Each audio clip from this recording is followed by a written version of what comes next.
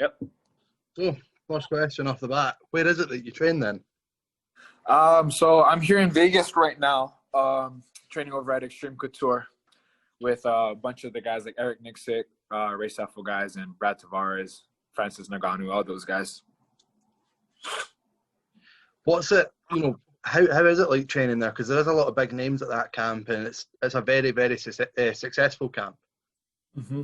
I like it. Like, I've been here since I've been in Vegas. I left to Combat Sports Academy in CSA in California for the last 8.5 months, and I came back because some personal things, and I just had to kind of get back to a team where I had some big bodies. I was struggling with not having big bodies there, and a bunch of them actually. And over here with so many big names and big guys here that I can work with, it just works perfect for me. I love it here.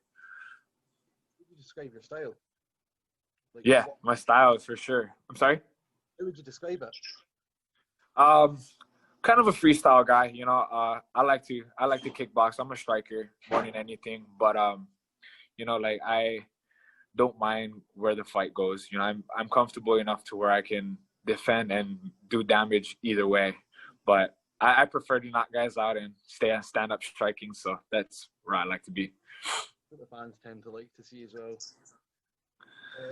Your last fight, you went in there and you got a big flashy knockout. Are you looking to get back in there quickly, or are you wanting to take some time out and, No. So for me, they just got me booked. They haven't announced it on the site yet or anything, but they got me for October 29th, and I'm just right back at it. I fought 2 weeks ago and ready for another one for 4.5 weeks. So I just want to keep the ball rolling, to be honest. I don't like the long layovers. I just want to just keep going. Who is it you're fighting? Have you got an opponent, or? I got an opponent, but I don't think I can say it yet. All right, cool. Yeah. How far, coming into this, you're an up-and-coming fighter in Bellator, but with a good knockout in your last fight, and I'm sure with a few more or one or two more, you could be looking for a bigger name. How soon do you want to fight one of the bigger names in the division? I'm not in a rush. I started out my pro career very fast. I went 4-0 within the first year of my pro career, my pro debut. And I have no problem getting that cage time, getting a little experience. I'm not saying I want the easy fights first, but, I don't mind. I'll go 3 rounds and have a banger with a couple guys. I have no problem with it. But, when the time comes, I'm sure when they start giving me those big names, I have no problem taking them, and I'll be ready when it happens. Touching on that, you said, you got into MMA you started your career quite quickly. How did you end up getting into MMA? How did you get your start in the sport? So originally I was a football player, American football player. So I played college ball, and it was one of those things from high school I always did in the off season. I did kickboxing on the side, like a bunch of my buddies. I grew up with Brad Tavares and all his buddies, and my brother was good friends with him. So they were all training, and they said, hey, instead of getting overweight and out of shape in the off season, because all I did in the off season, was eat and go surfing, and that's that typical Hawaiian style. But I kind of started training and kept me in shape for football. And next thing you know, once I got done with football in high school, college, I kind of just made the transfer over and did it full time, and I ended up being a lot better than I thought I would be. So it worked out. It's interesting to see that there seems to be a lot of guys coming over from other sports. I know it's something that's happened a lot, but you've got Dominic Reyes in the UFC, he's one of the champions, and it seems to be on every card now that you've got someone that's an ex-football player that's came over from another sport. Or do you think now MMA is more appealing for people, and they're looking at it rather than just over here in the UK it's different, but in where you are in Vegas or Hawaii, where you're from, what's it like? Is it more appealing for people, or is it still trying to fight the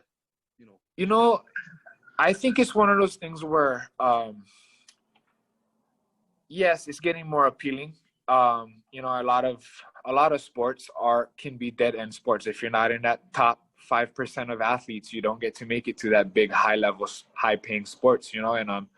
And the thing is, like, all these sports here, like football, basketball, um, like, not these martial arts sports where, like, everyone's family is pushing you to go play football, go play basketball, go play volleyball, whatever it is, you know. And then, you know, now that everyone's realizing that fighting is one of those things where you don't have to have such a big background. If you can kind of pick up on it quick and be somewhat talented and work hard in that sport, like, I think everyone's realizing that now, and it's making a good transfer. I think the best athletes or the best fighters are guys that came over from different sports also, you know. It just shows a different level of athleticism, and you can see it when they compete.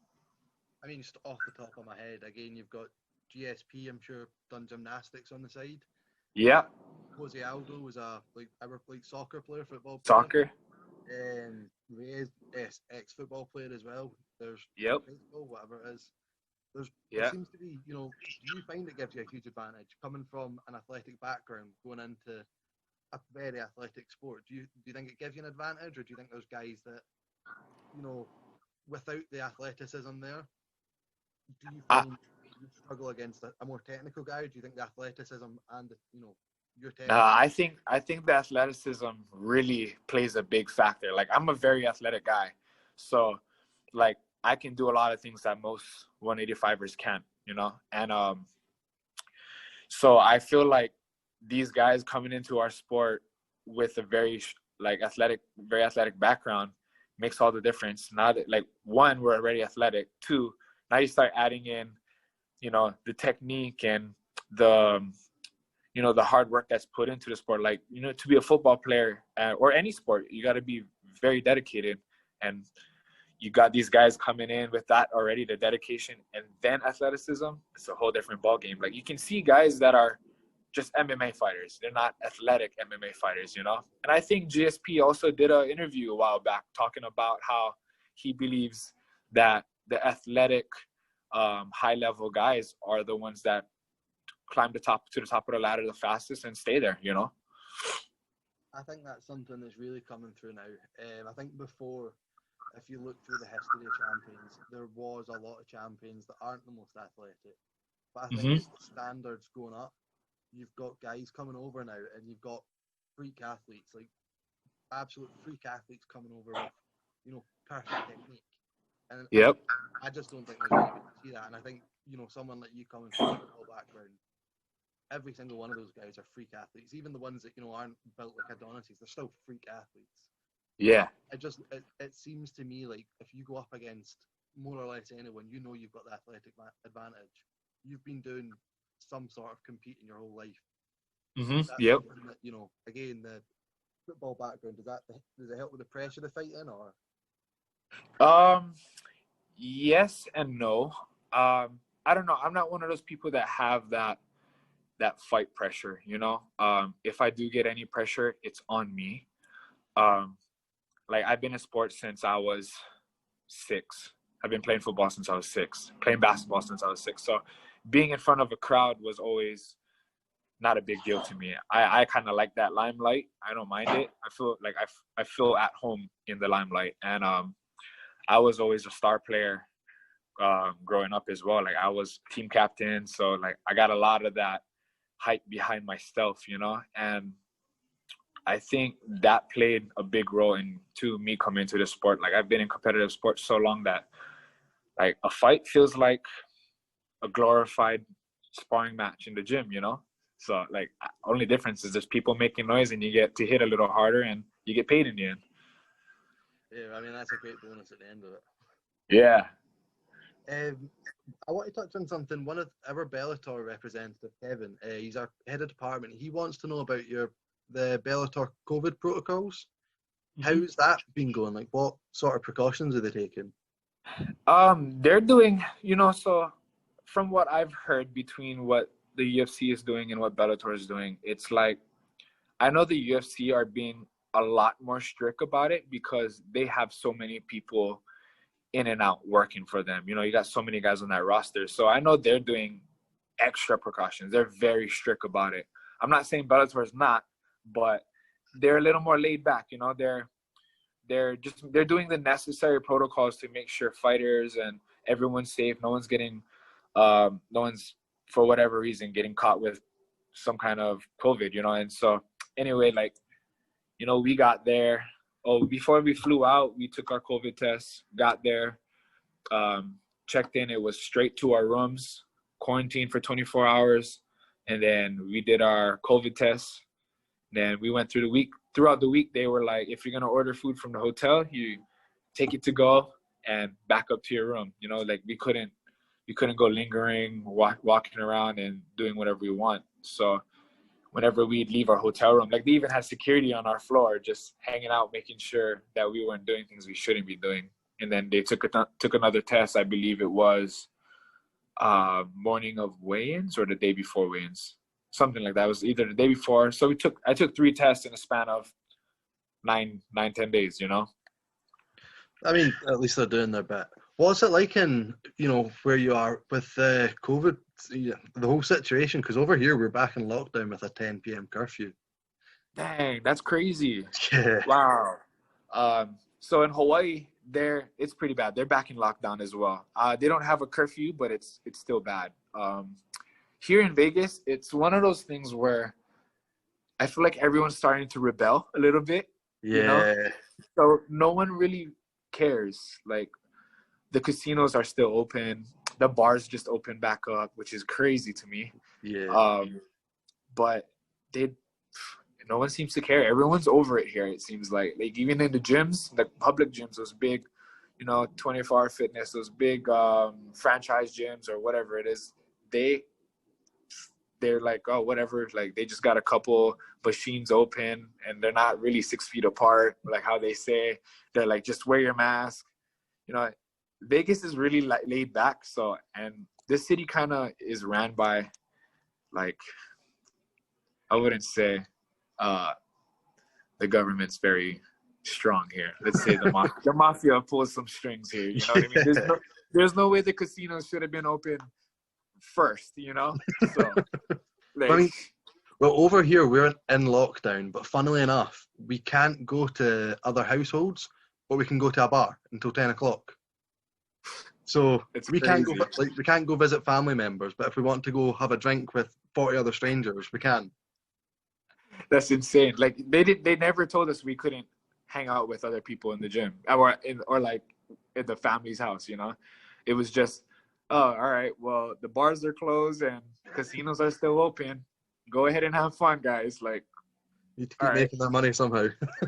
Yeah, I don't know what. It's crazy. I'm over it myself. Like, I'm not saying I don't believe it, but at some point we kind of got to go on with our lives, you know? Yeah, I mean, it is getting to that point. Over here, I can't imagine how difficult it would be to train over here because it is. I'm sure I've seen an interview with someone talking about how, you know, gyms only open for the last week of their camp. And the rest of the time, you know, I think they'd had one fight in a major promotion, so they, you know, not someone that can go and afford to build a gym in their garage or something. So the rest of it was training in other people's gardens and finding people whose gardens they can go training because that's just social distance whilst doing it. Yeah, social distancing with your friends in the backyard. Sure. Yeah, I know, and also in pubs as well.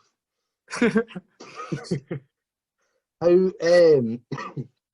out of the big names in the Bellator like middleweight division, is there any you've got your eyes on a few fights down the line, or any that you think you're a really good matchup for? I'm not gonna lie, I don't know too many of the guys in my division. Like, I haven't really fully looked at my division. Like, I know you got Gegard Mousasi and Diego Lima. Like, that's the 2 biggest names in this division. And then you got Machida and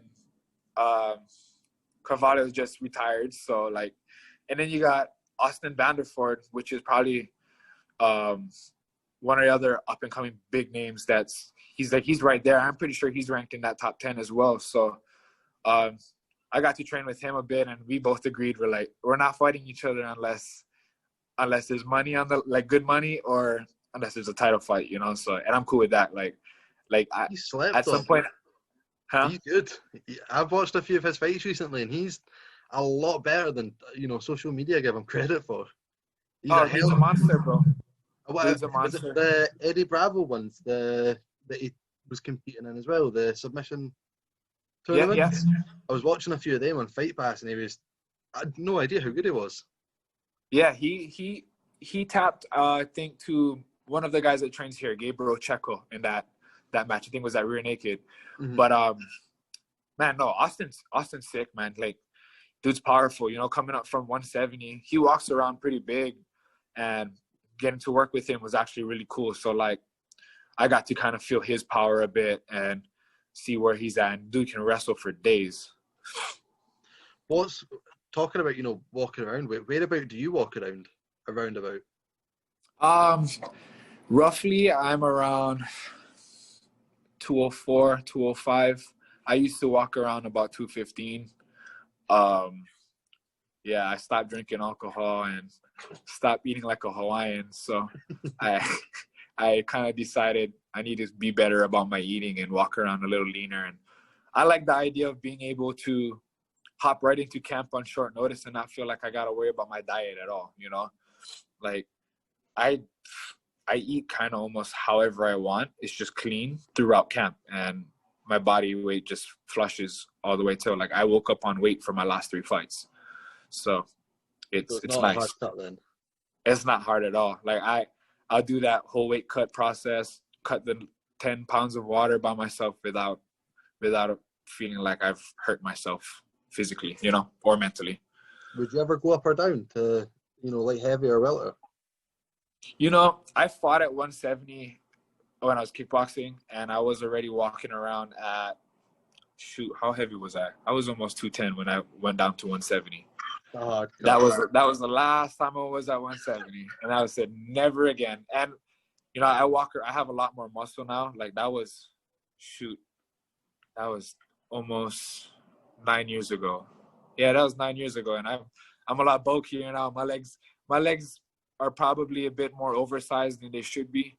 So I definitely not going down to 170 anymore. Like, no one could pay me enough to go to 170. I would make the jump to 205 when, like, say maybe later in my career, and if I want to, try another challenge, or I don't know. I like 185. I fit here. I'm perfect. This is a perfect weight for me. It's a good division. It's a good division for strikers as well, I feel. There's a lot of good strikers in the Bellator 185 division. There's obviously, you got Machida coming down, 4205, 185. Musashi right up there with strikers. Lima, brilliant striker. Yeah. Are they guys you're excited to go up against at some point, or are you not looking that far ahead yet? No, someone asked me if there was somebody like I did another podcast a while back. They asked me if there's anybody in this division who you really want to fight, and I said, like, right now, if I was to say I want to fight Machida, because dude's a legend. Why wouldn't I want to share the cage with him? Like, I grew up watching him. Dude's awesome, man, and good guy too. Really nice guy. And he'd probably beat my ass, but probably when the time, like sometime down the road, when I start really finding my niche in this sport, then I think it would be fun to do. Sweet. I will end it on that note. Thanks again for getting around to this, and I'm glad we finally got it done. Yeah, thanks, brother. I appreciate you having me. It was really good. Thanks, man. It was a good fun interview. All right, stay in touch. Let me know if you need anything.